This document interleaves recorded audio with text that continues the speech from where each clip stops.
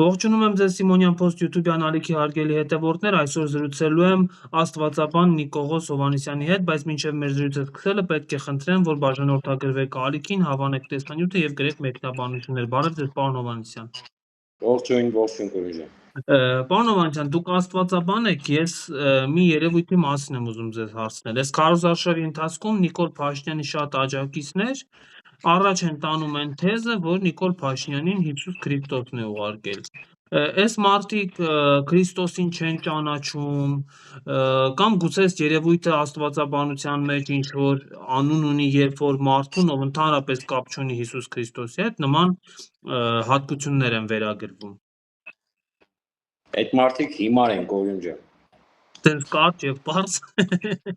Կարճ եւ պարզ, այդ մարդիկ հիմար են։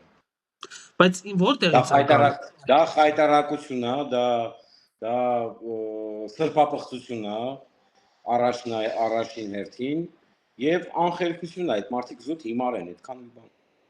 Բայց օրինակ տեսեք, այսքան քաղաքական ուժեր կան, չէ՞, մասնակցող Սամվել Կարապետյան, Ռոբերտ Քոչարյան, բոլորը, նույնիսկ Վարդան Ղուկասյանի հետևորդները, ես դեռ չեմ տեսել, որ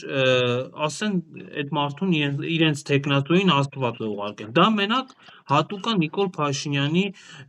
աջակիցներին, հիմնականում միջինից բարձր տարիքի։ Ինչով է սա պայմանավորված ձեր կարծիքով։ Դուք մարդաճանաչ եք, էլի, ձեր Տեսեք, դա չեմ կարող ասել դա ինչով է պայմանավորված, բայց ամեն դեպքում մարդ, որ իրեն փրկիչ է հռչակել, մարդ, որ իրեն հռչակել է ժողովրդի կողմից մանդատ ստացած, որ իրենց պիտի փրկի, բայց այդ ժողովուրդը շատ միանշանակ չի, որովհետև ես չգիտեմ այդ մարդի ժողովուրդ ում են համարում։ Հիմա ես ժողովուրդ եմ, դուք ժողովուրդ եք, բայց մենք իր հետ կապ չունենք, իր ասածների հետ ընդհանրապես կապ չունենք։ Այս անհայրենիք ու անաստված ընթացքի հետ ընդհանրապես կապ չունենք։ Եվ այն մարդիկ, ովքեր Նիկոլ Փաշինյանին կհամարեն աստված կամ փրկիչ, այդ մարդիկ զուտ հիմար են։ Վերջերս քրիստոնեական հետ կապ ունեն, ոչ եկեղեցու։ Այո, Նիկոլ Փաշինյանն էլ հետ չի մնում իր հետևորդներից, օրինակ այն օրը ասում էր Աստվածաշնչում բուժվելու եւ բժշկվելու մասին տողեր կան, դա հենց առողջապահության ապահովագրությունն է, որը մենք ներդրել ենք, այսինքն ուզում էր ասել Աստվածաշնչում առողջապահության ապահովագրության մասին խոսում է։ Կներեք։ Սա նորմալ է ընդհանրապես, երբ որ քաղաքական process-ներին կրոնական ինչ որ երանգներ են տրվում հենց ղեկավարի կողմից։ Տեսեք, սրան ոչ այլ ձևով կամ ծիծաղով կամ հումորով պատասխանելը կամ նույնիսկ սա լացելու աստիճան հիմարություն է, այսինքն բերել համեմատել առողջության ապահովագրությունը Քրիստոսի բժշկությունների հետ, սա ես չգիտեմ դա ինչ է, ես չգիտեմ այս մարդը ինչ է մտածում, ես չգիտեմ այս մարդիկ ոնց են մտածում կամ այս մարդիկ ինչով են մտածում, նույնիսկ ես մեկնաբանելն եմ ամոթ համարում, այսինքն ինչ կապ ունի։ Լավ, մի քիչ լուրջ թեմաներից խոսենք, Վեհապար Հայրապետը այցելեց Սամվել Կարապետյանին, կպական շրջանակները սա համարում են քաղաքականությանը ներքաշվել, այսինքն այն մեղադրանքները, որոնք մշտապես ուղղվել են Վեհապար Հայրապետին, որ խառնվում է քաղաքականության, աջակցում է կոնկրետ ուժի, հիմա կրկին թափ են ստացել։ Ձեր կարծիքով, որպես նաև նախկինում հոգևոր ծառայություն անցած մարդ, նորմալ է, երբ որ Վեհապար Հայրապետը նախընտրական շրջանում այցելում է տեխնացուներից մեկին։ Տեսեք, ես դա շատ նորմալ եմ համարում եւ ընդհանրապես երբ որ եկեղեցու ամենամեծ բարերարներից մեկը եկեղեցու կողքին եւ եկեղեցուն պաշտպան կանգնելու համար կալանավորվում է եւ արդեն մոտ 1 տարին կլրանա բանտարկված է, ես կարծում եմ, որ շատ նորմալ է, երբ որ Վեհապար Հայրապետը այցելում է։ Այսինքն չլիներ նախընտրական շրջան, եւս այցելելու էր, որովհետեւ Սամվել Կարապետյանը հանդիսանում է հայ առաքելական եկեղեցու ամենամեծ բարերարներից մեկը։ Եվ այնքան բան, ինչքան Սամվել Կարապետյանն է արել հայ առաքելական եկեղեցու համար եւ Հայաստանի համար, թող այդ քննադատողները դրա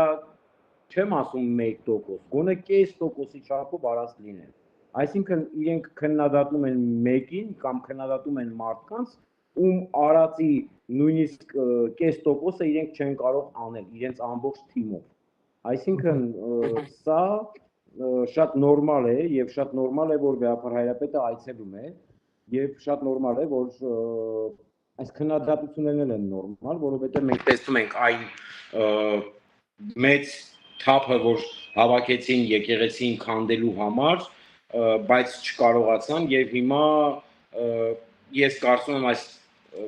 լռությունը, այսպես ասած, եկեղեցու դեմ արշավի, սա զուտ պայմանավորված է նախընտրական շրջանի փուլով, որովհետեւ իրենք հասկացան, որ այս շրջանում դա իրենց զուտ վնասելու է, իրենց հեղինակությունը գցելու է, այսինքն չեղած հեղինակությունը գցելու է, որովհետեւ տեսան, որ հասկացան, որ ազգը, մարդիկ, քրիստոնյաները իրական կանգնած են հայ առաքելական եկեղեցու կողքին։ Նիկոլ Փաշինյանը գիտեք, որ իր նախընտրական ծրագրում ամրագրել է Վեհապար Հայրապետի հեռացման հարցը, ինչ մեկնաբանություն ունեք դրա հետ կապված։ Տեսեք, դա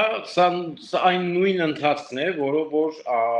շարժվում են իրենք 2025 թվականի մայիս ամսից։ Մենք գիտենք, որ մայիս ամսին ես շատ լավ հիշում եմ այդ օրը, երբ Ադրբեջանի հոգևոր առաջնորդ Փաշազադեն մայիսի 27-ին հայտարարեց, որ հայ առաքելական եկեղեցին վնաս է եւ հայ առաքելական եկեղեցին տարածաշրջանի համար վտանգավոր եկեղեցի է համարում ինքը եւ դրանից հետո Նիկոլ Փաշինյանը հայտարարեց, որ այդ ճուլանն է եւ այլն ու այս ամեն ինչը այստեղից սկսվեց։ Բնականաբար սա ես կարծում եմ, որ պատվել է թշնամի երկրների կողմից ու այս ընթացքը շատ նորմալ եմ համարում եւ իրենց այդ նախընտրական ծրագրի մեջ դա ներառնել եմ նորմալ համարում, այսինքն նորմալ ասելով իրենց համար նորմալ էլի,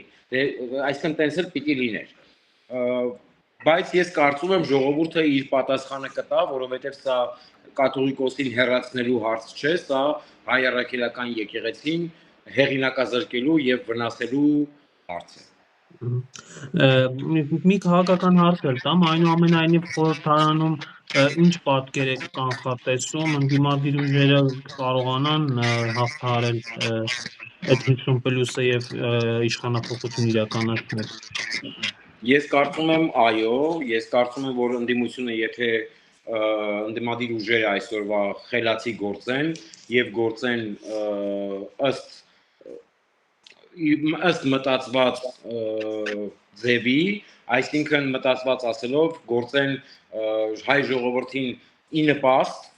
կկարողանան անել այդ ամենը եւ ես կարծում եմ, որ այդ քաղաքական ուժերը, ընդդիմադիր ուժերը, որոնք որ այսօր պայքարում են Նիկոլ Փաշինյանին հեռացնելու համար, եթե ցուցաբերեն միմյանց նկատմամբ սոլիդարություն եւ եթե իրենք գործում են ի նպաստ հայ ժողովրդի եւ ի նպաստ Հայաստանի, պետք է միավորվեն եւ այս չարիքի բունը քանդեն եւ այս չարիքին հեռացնեն իշխանությունից, որովհետեւ քաղաքացիական պայմանագիրը եւ Նիկոլ Փաշինյանը ընդհանրապես չարիք են Հայաստանի համար, չարիք են հայ ժողովրդի համար եւ հայ ազգի համար։ Այս չարիքի վերջը պիտի լինի, որովհետեւ ես կարծում եմ այսպես շարունակվելով մենք կկորցնենք, ինչպես կորցրեցինք Արցախը, նույն ձևով կկորցնենք Հայաստանի Հանրապետությունը։ Շատ լավ, հետևենք իրադարձություններին, շնորհակալ եմ շատ այս զրույցի համար։ Ես եմ շնորհակալ։